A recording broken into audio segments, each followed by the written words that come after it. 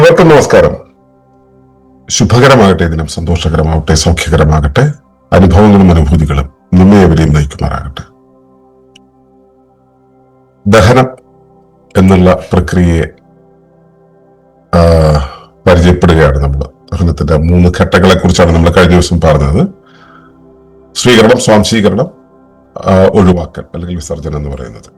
ഈ 3 ഘട്ടങ്ങളിൽ ആദ്യത്തെ ഘട്ടം എന്താണ് ചെയ്യുന്നത് എന്നാണ് നമ്മൾ ഇന്ന് ഒന്ന് പരിശോധിക്കുന്നത്. ഇതിനെക്കുറിച്ച് പറയുന്നത് ഇവിടെ എങ്ങനെയാണ്: reception begins with sensing, chewing, mixing in stomach and ends as a chyme enters the intestine. ദഹനത്തിന്റെ സ്വീകരണ ഘട്ടം. ദഹനത്തിന്റെ 1-ാം ഘട്ടമാണ് സ്വീകരണം. ഭക്ഷണം കാണുകയോ മണക്കുകയോ അല്ലെങ്കിൽ സങ്കല്പിക്കുകയോ ചെയ്യുന്ന നിമിഷം തന്നെ മസ്തിഷ്കം പോഷകങ്ങൾക്കായി തയ്യാറെടുക്കാൻ ശരീരത്തിന് ഉടനടി സന്ദേശം നൽകുകയും ദഹനത്തിന്റെ സ്വീകരണ ഘട്ടം ആരംഭിക്കുകയും ചെയ്യുന്നു. ഉമിനീർ വായിലേക്ക് ഒഴുകിയെത്തുന്നു. അതിൽ അന്നജത്തെ വിഘടിപ്പിക്കാൻ ഉതകുന്ന രാസാഗ്നികൾ അടങ്ങിയിരിക്കുന്നു. നമ്മൾ ചവയ്ക്കുമ്പോൾ ഭക്ഷണം ഉമിനീരും ചേർത്ത് ചെറിയ കണികകളായി പൊടിക്കപ്പെടുന്നു. ഇത് ദഹനത്തെ എളുപ്പമാക്കുന്നു. തുടർന്ന് നാവ് മൃദുലമാക്കിയ ആഹാരത്തെ അന്നനാളത്തിലേക്ക് കടത്തിവിടുന്നു. പെരിസ്റ്റാൾട്ടിക് തരംഗങ്ങൾ അതിനെ സാവധാനം ആമാശയത്തിലേക്ക് നയിക്കുന്നു. ഭക്ഷണം അടുക്കുമ്പോൾ നാഡീ സന്ദേശങ്ങളിലൂടെ അതിന്റെ വരവ് ആമാശയം മനസ്സിലാക്കുകയും അതിനെ ശരിയായ രീതിയിൽ സ്വീകരിക്കാൻ തയ്യാറായി നിൽക്കുന്ന അമ്ലങ്ങളും രാസാഗ്നികളും പുറത്തുവിടുകയും ഭക്ഷ്യത്തെ ഇളക്കി മറിച്ച് കുഴമ്പ് പരുവമാക്കുകയും ചെയ്യുന്നു. ഈ മുഴുവൻ പ്രക്രിയയും നടന്ന് ദഹനത്തിനായി ശരീരം പൂർണ്ണമായും തയ്യാറാണെന്ന് ഉറപ്പാകുമ്പോൾ പൈലോറിക് വാൽവ് തുറന്ന് കുഴമ്പിനെ ചെറുകടലിലേക്ക് കടത്തിവിടുകയും ചെയ്തു. ഇത്രയുമാണ് ദഹനത്തിന്റെ സ്വീകരണ ഘട്ടം നിർവഹിക്കുന്ന പ്രക്രിയകൾ.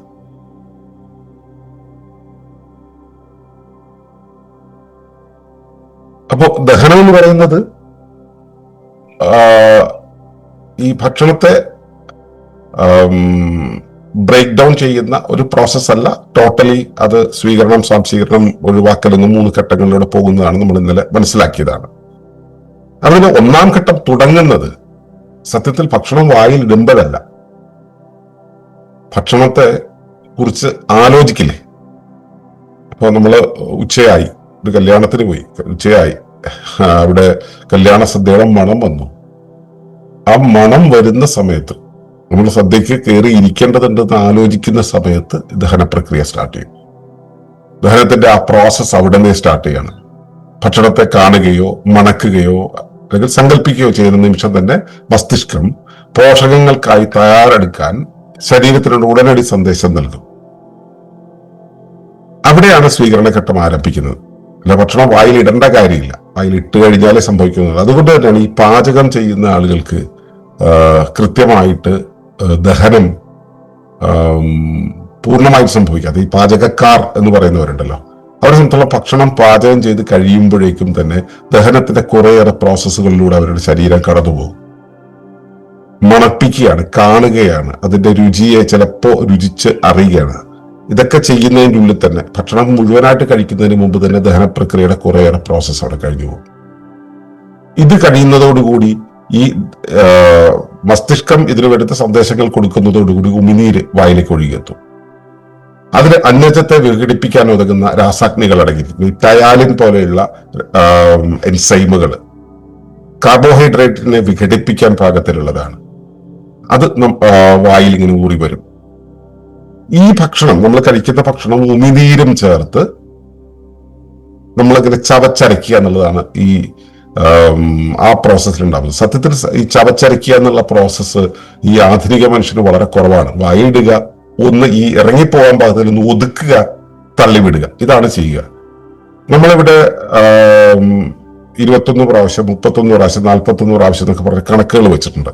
ഇപ്പൊ ഫലങ്ങളൊക്കെയാണെന്ന് വെച്ച് കഴിഞ്ഞാൽ 21 പ്രാവശ്യവും, സാധാരണ നല്ലപോലെ മൃദുവായ മറ്റ് പാചകം ചെയ്ത ഭക്ഷണമാണെങ്കിൽ 31 പ്രാവശ്യവും, വളരെ ഖരമായിട്ടുള്ള കാര്യങ്ങളാണെങ്കിൽ 41 തവണയും ചവച്ച് വേണം അകത്തേക്ക് ഇറക്കാനെന്നാണ് നമ്മുടെ രീതി, നമ്മുടെ ഭക്ഷ്യരീതി, യോഗ രീതിയിൽ, അല്ലെങ്കിൽ പ്രതിജീവന രീതിയിൽ, അല്ലെങ്കിൽ നവഗോത്ര സംസ്കാരത്തിന്റെ രീതിയിൽ നമ്മൾ ചെയ്യുന്ന സിസ്റ്റം അതാണ്.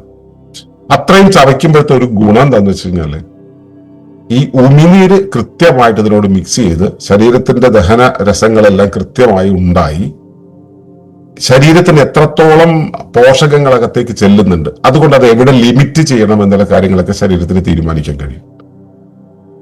അപ്പോ നമുക്ക് അധിക ഭക്ഷണം കഴിക്കേണ്ടി വരില്ല. കുറഞ്ഞ ഭക്ഷണത്തിൽ നിന്നും ശരീരത്തിന് ആവശ്യമായിട്ടുള്ള ന്യൂട്രിയൻസ് കിട്ടും എന്നുള്ളത് മനസ്സിലാക്കിയിട്ട് അവിടെ കൊണ്ട് ലിമിറ്റ് ചെയ്യുകയും മാത്രമല്ല കഴിക്കുന്ന ഭക്ഷണത്തിന്റെ ന്യൂട്രിയൻസിനെ മുഴുവൻ എക്സ്ട്രാക്ട് ചെയ്യാൻ പാകത്തിൽ ശരീരം അതിനെ പരുവപ്പെടുത്തുകയും ചെയ്യും.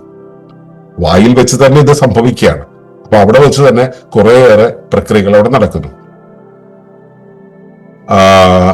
അത് കഴിഞ്ഞിട്ട് ഈ നാക്ക് ഈ ചവച്ചരയ്ക്കുന്ന സാധനത്തെ അങ്ങോട്ടും ഇങ്ങോട്ടേക്ക് വിട്ടിട്ട് നമ്മൾ ആട്ടുകല്ലില് മാവാട്ടുന്ന സമയത്ത് കൈകൾ കൊണ്ട് ഇതിനെ കൂതി ഒതുക്കില്ലേ, അതുപോലെ നാക്ക് ഇതിനെ കൂതി ഒതുക്കി പൊടിയാത്തതിനെ അരയാത്തതിനെയൊക്കെ ക്രമപ്പെടുത്തി. ഇത് ഭൗതികമായ ഒരു അരക്കലാണ് കേട്ടോ, ഭൗതികമായ അരക്കലാണ് ചവയ്ക്കലിലുണ്ടാവുന്നത്. അതിനുശേഷം നാക്ക് പതുക്കെ ഇത് അന്നനാളത്തിലേക്ക് കടത്തിവിടും. അന്നനാളം അഥവാ ഈസോഫേഗസിനകത്തൂടെ കടന്നു പോകുന്ന സമയത്ത് അവിടെ പെരിസ്റ്റാൾസിസ് എന്ന് പറയുന്ന ഒരു പ്രക്രിയയിലൂടെയാണ് ഇത് അകത്തേക്ക് പോകുക. പെരിസ്റ്റാറ്റിക് തരംഗങ്ങൾ ഉണ്ടാവും അവിടെ, ഇങ്ങനെ കുടലിനകത്ത് ചില തരംഗങ്ങൾ ഉണ്ടാവും. ഈ തരംഗങ്ങൾ വഴി ഇത് ആമാശയത്തിലേക്ക് പതുക്കെ ഇങ്ങനെ കൊണ്ടുപോകും. അവിടുത്തെ രസകരമായിട്ടുള്ള കാര്യം എന്ന് പറയുന്നത് ഈ തരംഗങ്ങൾ തന്നെ ഈ അകത്തേക്ക് പോകുന്ന ഭക്ഷണത്തെ ഒന്ന് പതുക്കെ ഇടിച്ച് പരുവപ്പെടുത്തിയാണ് കൊണ്ടുപോവുക. അവിടെയും ഈ ബ്രേക്ക് ഡൗൺ എന്നുള്ള പ്രോസസ് നടക്കുന്നുണ്ട്. അവിടെയും ലഘുവായിട്ടുള്ള ചില എൻസൈമുകളൊക്കെ ഉണ്ടാവുകയൊക്കെ ചെയ്യുന്നുണ്ട്. ഈ പെരിസ്റ്റാറ്റിക് തരംഗങ്ങളിലൂടെ വേണം ഭക്ഷണം അകത്തേക്ക് പോകാൻ. അതല്ലാതെ പോകുന്ന സമയത്ത് ദഹനത്തിന്റെ ചില ഘട്ടങ്ങൾ ഒഴിവായി പോകും, ചില വിഘടിക്കലുകൾ ഒഴിവായി പോകും. ഇത് ഒഴിവാക്കാനാണ് ഭക്ഷണം കഴിക്കുമ്പോൾ വെള്ളം കുടിക്കരുത് എന്ന് പറയുന്നത്. ഭക്ഷണമാണ് കഴിക്കുന്നതെങ്കിൽ അതിന്റെ കൂടെ വെള്ളം ആവശ്യമില്ല. അപ്പൊ ഫലങ്ങളൊക്കെയാണ് ഭക്ഷണമെങ്കിൽ അതിന്റെ കൂടെ വെള്ളം ആവശ്യമില്ല. ഉമിനീരും കൂടെ ചേർത്തിന് ആവശ്യത്തിന് വെള്ളത്തോടു കൂടിയാണ് അകത്തേക്ക് പോവുക. അതേസമയം ഭക്ഷണമേ അല്ലാത്ത സാധനത്തെ ഭക്ഷണം എന്ന് കരുതി കഴിക്കും. ഉദാഹരണത്തിന് ബിരിയാണി, നമുക്ക് ശരീരത്തിന് ഒരു തരത്തിലും മനസ്സിലാകാത്ത ഒരു കാര്യം, രുചി ഉണ്ടെന്നുള്ള ഒരു പ്രത്യേകത കൊണ്ട് നമ്മളത് കഴിക്കുന്നു. ഇത് കഴിക്കുന്ന സമയത്ത് അകത്തേക്ക് ചെല്ലുമ്പോൾ ചിലപ്പോൾ നമുക്ക് ഭയങ്കര വിമിഷ്ടം തോന്നും. അപ്പൊ വെള്ളം കുടിക്കാൻ തോന്നും. ദഹനം മൊത്തത്തിൽ തകരാറിലാവുകയും ചെയ്യും. അപ്പോ പെരിസ്റ്റാറ്റിക് പ്രോസസ്സിലൂടെ, ആ പെരിസ്റ്റാറ്റിക് വേവിലൂടെ ഇങ്ങനെ ഭക്ഷണം പതുക്കെ സ്റ്റൊമക്കിനകത്തേക്ക്, ആമാശയത്തിനടുത്തേക്ക് എത്തുമ്പോൾ, അവിടേക്ക് എത്തുന്നു എന്ന് മനസ്സിലാകുന്നതോടുകൂടി അവിടെ എന്ത് ഭക്ഷ്യമാണ് അകത്തേക്ക് ചെല്ലുന്നത് അതിനനുസരിച്ചുള്ള എൻസൈമുകളെ, രാസാഗ്നികളെ ഉരുവാക്കാനായിട്ട്, പലതരം അമ്ലങ്ങളെ ഉരുവാക്കാനായിട്ട് ശരീരം തുടങ്ങും. ഉദാഹരണത്തിന് ഇപ്പോ നമ്മൾ പ്രോട്ടീൻ കഴിക്കുന്ന ഭക്ഷണത്തിന് പ്രോട്ടീൻ ഉണ്ടല്ലോ, ആ പ്രോട്ടീനിന്റെ ഗാഠത അനുസരിച്ച് അതിന് ദഹിപ്പിക്കാൻ പാകത്തിലുള്ള ഹൈഡ്രോക്ലോറിക് ആസിഡ് സ്റ്റൊമക്കിൽ ഉണ്ടാവും. അപ്പൊ ഇതുപോലെ എന്തെല്ലാം എൻസൈം, ഡൈജസ്റ്റീവ് എൻസൈമുകൾ എന്തെല്ലാമാണോ നമ്മൾ കൊടുക്കുന്ന ഭക്ഷണത്തിൽ ഉള്ളത് അതിനനുസരിച്ച് നമ്മൾ അകത്തേക്ക് കൊണ്ടുപോകുന്ന ഒരു പ്രോസസ്സാണ് ഈ പെരിസ്റ്റാൾട്ടിക് പ്രോസസ്സ്. പെരിസ്റ്റാറ്റിക് പ്രോസസ്സ് അവിടെ ചെല്ലുമ്പോഴേക്കും ഈ അമ്ലങ്ങളും രാസാഗ്നികളും അവിടെ റെഡി ആയിരിക്കും. അത് കിട്ടിയ പാടെ അതിനെ പിടിച്ച് പൊടിച്ച് അല്ലെങ്കിൽ രാസപ്രവർത്തനത്തിലൂടെ ഇതിന്റെ രാസഘടനയെ മാറ്റും. ഭൗതിക ഘടനയെ വായിൽ നിന്നും മാറ്റി ഈ ഈസോഫേഗസിലൂടെ നമ്മൾ മാറ്റിയിട്ടാണ് കൊണ്ടുവന്നത്. ആമാശയത്തിനകത്തെത്തുമ്പോൾ അവിടെ നിന്നും ഇതിനെ രാസപ്രവർത്തനത്തിലൂടെ രാസഘടകങ്ങളായിട്ട് അതിനെ മാറ്റും. രാസഘടകങ്ങളായിട്ട് അതിനെ മാറ്റി ഒരു പരുവത്തിലാക്കി കഴിഞ്ഞിട്ടാണ് അത് ഒരു കുഴമ്പ് പരുവത്തിലാക്കി മാറ്റുന്നത്. ഷൈൻ എന്നാണ് ഇതിന് പറയാ, കുഴമ്പ്. ആ കുഴമ്പ് പരുവത്തിലാക്കിയിട്ടാണ് ഇതിങ്ങനെ കുഴമ്പിന്റെ ചെറിയ പോക്കറ്റുകളായിട്ട് പാക്കറ്റുകളായിട്ട് ഇതിങ്ങനെ പതുക്കെ നമ്മുടെ ലിയോണലത്തിന്റെ അകത്തേക്ക് അല്ലെങ്കിൽ ചെറുകുടലിന്റെ അകത്തേക്ക് നമ്മളിങ്ങനെ അതിനെ കടത്തിവിടും, അല്ലെങ്കിൽ ദഹനേന്ദ്രിയ വ്യൂഹം കടത്തിവിടും. അവിടെ ഉള്ള ഒരു വാൽവ് ഉണ്ട്, പൈലോറിക് വാൽവ് എന്ന് പറയുന്നത്. ആ പൈലോറിക് വാൽവ് തുറന്നിട്ട് ഈ കുഴമ്പിനെ ചെറുകുടലിലേക്ക് പതുക്കെ കടത്തിവിടും. അതുവരേക്കും, അതായത് വായിൽ ഇടുന്നതിന് മുമ്പ്, കാഴ്ച ഉണ്ടാകുന്ന സമയത്ത് അല്ലെങ്കിൽ മണം ഉണ്ടാകുന്ന സമയത്ത്, അല്ലെ അതിനെക്കുറിച്ച് ഇങ്ങനെ നമ്മൾ ഭക്ഷണം കഴിക്കാൻ പോകാറുള്ള ചിന്ത വരുന്ന സമയം മുതൽ ഈ ആമാശയം കഴിഞ്ഞ് പൈലോറിക് വാൽവ് കഴിഞ്ഞ് ചെറുകുടലിലേക്ക് കിടക്കുന്ന, യൂറിനത്തിന്റെ അകത്തേക്ക് കിടക്കുന്ന ഭാഗം വരേക്കും റിസപ്ഷൻ എന്നുള്ള പ്രോസസ്സാണുള്ളത്. വളരെ കട്ടിയായിട്ടുള്ള, വളരെ എന്താ പറയുക, സങ്കീർണമായിട്ടുള്ള പല വസ്തുക്കളും നമ്മുടെ ശരീരത്തിനകത്തുണ്ട് അല്ലെ, ഭക്ഷണത്തിനകത്തുണ്ട് അല്ലെ. ഈ ഭക്ഷണത്തെ മുഴുവൻ വേർതിരിച്ച് അതിനു വേണ്ടുന്ന ശരീരത്തിന് ഈ ഡൈജഷൻ പ്രോസസ്സിലെ എക്സ്ട്രാക്ഷൻ നടക്കണമെങ്കിൽ എന്തെല്ലാം വേണമോ അതെല്ലാം ചേർത്ത് മിക്സ് ചെയ്ത് പരുവപ്പെടുത്തി അതിനെ സമ്പൂർണമായിട്ടും ഉപയുക്തമാകുന്ന രീതിയിലാക്കിയതിന് ശേഷമാണ് ഇത് ചെറുകുടലേക്ക് കടക്കുന്നത്. അതുകൊണ്ട് തന്നെ ഈ ഒരു പ്രക്രിയ എന്ന് പറയുന്നത്, ചവയ്ക്കുന്ന പ്രക്രിയ ഒക്കെ വളരെ സങ്കീർണമായിട്ടുള്ള ഒന്നാണ്. അതുകൊണ്ട് തന്നെയാണ് ഇതിന് വളരെ കൂടുതൽ സമയമെടുക്കുന്നത്. ഇനി സമയമെടുക്കാൻ ശരിക്കും റിസപ്ഷൻ എന്നുള്ള പ്രോസസ്സ് ഇവിടെ കൊണ്ട് തീരുന്നതല്ല, എങ്കിലും ഫിസിക്കലി റിസപ്ഷൻ എന്നുള്ള പ്രോസസ്സ് ഇവിടെ കൊണ്ട് തീരുന്നു. ചെറുകുടലിന്റെ ആദ്യത്തെ കുറച്ച് ഘട്ടങ്ങൾ കൂടെ റിസപ്ഷന്റെ ആ ആക്ടിവിറ്റി കിടക്കുന്നുണ്ട്. നമുക്കത് നാളെ നോക്കാം.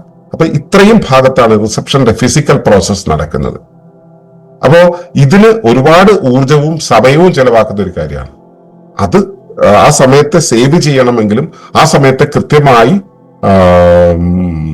വിനിയോഗിക്കണമെങ്കിലും നമ്മൾ ചെയ്യേണ്ടത് എന്താ വെച്ചാൽ, നമ്മളിപ്പോ ഭക്ഷണം കഴിക്കുക എന്ന് വെച്ചാൽ ഭക്ഷണം കഴിക്കുന്ന ഒരു കാര്യത്തെക്കുറിച്ച് ചിന്തിക്കുന്നു. ഭക്ഷണം പോയി കഴിച്ചേക്കാം, എന്ത് കിട്ടുന്നത് കഴിച്ചേക്കാം എന്നുള്ള രീതിയിലായിരിക്കും. പക്ഷെ കഴിക്കുന്ന ഭക്ഷണത്തെ നമ്മൾ വളരെ മെന്റലി സ്വീകരിക്കണം. മെന്റലി സ്വീകരിച്ച് തയ്യാറാകാൻ വേണ്ടിയാണ് നമ്മുടെ ഒളിമ്പസിന്റെ പരിപാടികളിൽ നമ്മൾ അന്നവിചാരം എന്ന പരിപാടി നടത്തുന്നത്. അന്നവിചാരം പറയുമ്പോൾ കൈകൾ ഭക്ഷണത്തിന്റെ മുകളിലേക്ക് ഒരല്പം ഉയർത്തിപ്പിടിച്ചിട്ട് ഭക്ഷണത്തിന്റെ നമ്മൾ നിരീക്ഷിക്കുകയും ഭക്ഷണത്തെ സ്മെല്ല് ചെയ്യുകയും ഭക്ഷണത്തിന്റെ ഘടകങ്ങളും രുചികളും ഒക്കെ നമ്മൾ വിചാരം ചെയ്യുകയും ചെയ്തു കഴിയുമ്പോൾ ശരീരത്തിന്റെ എൻസൈമുകളെല്ലാം അനുസരിച്ച് പ്രൊഡ്യൂസ് ചെയ്യാൻ തുടങ്ങും. അങ്ങനെ ഒരു അല്പനേരം നിന്നതിന് ശേഷം ഒരു കാര്യം കൂടെ അതിന്റെ കൂടെ ചേർക്കും. നമ്മൾ ഈ ഭക്ഷണം നമുക്ക് ഉണ്ടാക്കി തന്ന സൂക്ഷ്മജീവികൾ മുതൽ കർഷകർ മുതൽ നമ്മുടെ അടുത്തേക്ക് എത്തിച്ച ട്രക്ക് ഡ്രൈവർമാർ, നമുക്ക് വിതരണം ചെയ്ത കടക്കാരൻ മുതൽ, അങ്ങനെയാണല്ലോ ഇപ്പോഴത്തെ പരിപാടി. കൺസ്യൂമറിസത്തിന്റെ വഴി കൂടെ ഇങ്ങനെ വേണം പോവാൻ. ഇവരൊക്കെ അതിനുശേഷം ഇത് വെച്ച് ഉണ്ടാക്കി തന്നവര്, വിളമ്പി തന്നവര്, അത് നമ്മുടെ മുന്നിലേക്ക് എത്തിച്ചു തന്നവര്, ഇവിടെ ഇതിന് കാത്തിരിക്കുന്ന സൂക്ഷ്മജീവികൾ, ഇവയെല്ലാം ചേർത്തിട്ട് അവയോടെല്ലാം കൃതജ്ഞത കൂടെ പറഞ്ഞുകൊണ്ട് വേണം നമ്മൾ ഉള്ളിലേക്ക് എടുക്കാൻ എന്നാണ് നമ്മൾ പറയുന്നത്. അപ്പൊ അവിടം മുതൽ ഇത് റിസപ്ഷൻ തുടങ്ങുകയാണ്. അപ്പൊ നമ്മളതിനെ നമ്മളെ പാകപ്പെടുത്തി എടുക്കുന്ന സമയത്ത് റിസപ്ഷൻ കുറച്ചുകൂടെ ഈസിയാവും. രണ്ടാമത് ചവയ്ക്കൽ എന്ന് പറയുന്ന പ്രക്രിയ, ചവയ്ക്കുന്നത് വൃത്തിയായി ചവച്ച് കഴിയുമ്പോൾ ശരിക്കും ആ ഫിസിക്കൽ ബ്രേക്ക് ഡൗൺ എന്നുള്ളത് കൃത്യമായിട്ട് നടക്കും. മാത്രമല്ല ഈ കാർബോഹൈഡ്രേറ്റ് പോലുള്ള കാര്യങ്ങൾക്ക് വേണ്ടുന്ന എൻസൈമുകൾ വായിൽ നിന്ന് തന്നെ മിക്സ് ചെയ്ത് തുടങ്ങും. മാത്രമല്ല വായിൽ ഈ മിക്സിംഗ് നടക്കുന്ന സമയത്ത് അതിനകത്തുള്ള പ്രോട്ടീൻ, ഫാറ്റ് തുടങ്ങിയ കാര്യങ്ങളോട് എങ്ങനെ പ്രതികരിക്കണം എന്നുള്ള സൂചന ശരീരം അവിടുന്ന് തന്നെ ദഹനേന്ദ്രിയ വ്യവസ്ഥയ്ക്ക് കൊടുക്കും. അപ്പൊ എത്ര ചവയ്ക്കുന്നതനുസരിച്ച് അതിന്റെ അകത്തെ ഓരോ പാർട്ടിനെ കുറിച്ചും ശരീരത്തിന് മനസ്സിലാവുകയും ആ ശരീരം ആ മനസ്സിലാക്കുന്നതിനനുസരിച്ച് ശരീരം വേണ്ടുന്ന പ്രവർത്തനങ്ങൾ അകത്ത് ഈസോഫേഗസിനകത്തും സ്റ്റൊമക്കിനകത്തും നടത്തും. അപ്പോ ഈ ഒരു പ്രോസസ്സിലൂടെ നമ്മൾ നമ്മുടെ അകത്തേക്ക് വരുന്ന സമയത്ത് വരാൻ തയ്യാറാകുന്ന ഒരവസ്ഥയിൽ മുതൽ സ്വീകരിക്കുന്ന ഒരവസ്ഥ മുതൽ ചവച്ചിറക്കുന്നത് വരെയും നമ്മുടെ ആക്ടിവിറ്റിയാണ്, നമ്മളാണത് ചെയ്യുന്നത്. അതുകൊണ്ട് തന്നെ അവിടെ നമ്മുടെ ഇൻവോൾവ്മെന്റ് ഇല്ലാതെ, നമ്മുടെ മനസ്സ് അതിനകത്തില്ലാതെ ടി വിയും കണ്ടുകൊണ്ട് ഭക്ഷണം കഴിച്ചാൽ, മൊബൈലും കണ്ടുകൊണ്ട് ഭക്ഷണം കഴിച്ചാൽ, വായിച്ചുകൊണ്ട് ഭക്ഷണം കഴിച്ചാൽ ഈ പ്രക്രിയ പൂർണ്ണമാവില്ല. അതുകൊണ്ടാണ് ഭക്ഷണം കഴിക്കുന്ന സമയത്ത് മൈൻഡ്ഫുൾ ആയിട്ട് കഴിക്കണമെന്ന് നമ്മൾ പറയുന്നത്. പരിപൂർണമായിട്ട് മനസ്സ് ശ്രദ്ധ കേന്ദ്രീകരിച്ച് ഭക്ഷണത്തെ സ്വീകരിച്ച് ആദരിച്ച് ഉൾക്കൊണ്ട് നന്ദി പറഞ്ഞ് അതിങ്ങനെ കഴിച്ചു വരുമ്പോഴേക്കും ശരീരം ഇതിനെ പൂർണ്ണമായിട്ട് സ്വീകരിക്കാൻ തയ്യാറായിട്ടുണ്ടാവും. ബാക്കിയുള്ള പണി, അതായത് ഈസോഫേഗസിന് താഴെയുള്ള പണി എന്ന് പറയുന്നത് അവിടെ തടസ്സം വരാതിരിക്കാൻ നമ്മൾ ചെയ്യുന്നത് വെള്ളം കുടിക്കരുത് എന്നുള്ളതാണ്. ഇത്രയും കാര്യങ്ങൾ ചെയ്ത് കഴിഞ്ഞാൽ ബാക്കിയുള്ളത് ശരീരം വൃത്തിയായി നിർവഹിച്ചുകൊള്ളും. പലപ്പോഴും ഈ ആദ്യഘട്ടങ്ങളിൽ തന്നെയാണ് നമ്മൾ ഇതിനൊക്കെ തകരാറ് വരുത്തുന്നത്. അതുകൊണ്ട് തന്നെ ദഹനം പല ഘട്ടങ്ങളിലും കൃത്യമായിട്ട് നടക്കാറില്ല. അപ്പോൾ ഈ ഭാഗം, നമുക്ക് ശ്രദ്ധിക്കാൻ കഴിയുന്ന ഭാഗം നമ്മൾ വൃത്തിയായിട്ട് ചെയ്യുക എന്നുള്ളതാണ് ഈ റിസപ്ഷന്റെ കാര്യത്തിൽ എനിക്ക് പറയാനുള്ളത്. ദഹന പ്രക്രിയയിൽ ഈ ഒരു ഏരിയയാണ് നമുക്ക് ശ്രദ്ധിക്കാനുള്ളത്. അപ്പോ ഇങ്ങനെ ഒരു ശ്രദ്ധ നിങ്ങളുടെ ഭക്ഷണം കഴിക്കലുണ്ടോ എന്ന് പരിശോധിക്കുക, ഇല്ലെങ്കിൽ അത് കൊണ്ടുവരിക. നാളെ ബാക്കിയുള്ള ഭാഗങ്ങൾ നമുക്ക് സംസാരിക്കാം. അതുവരേക്കും നന്ദി, നമസ്കാരം.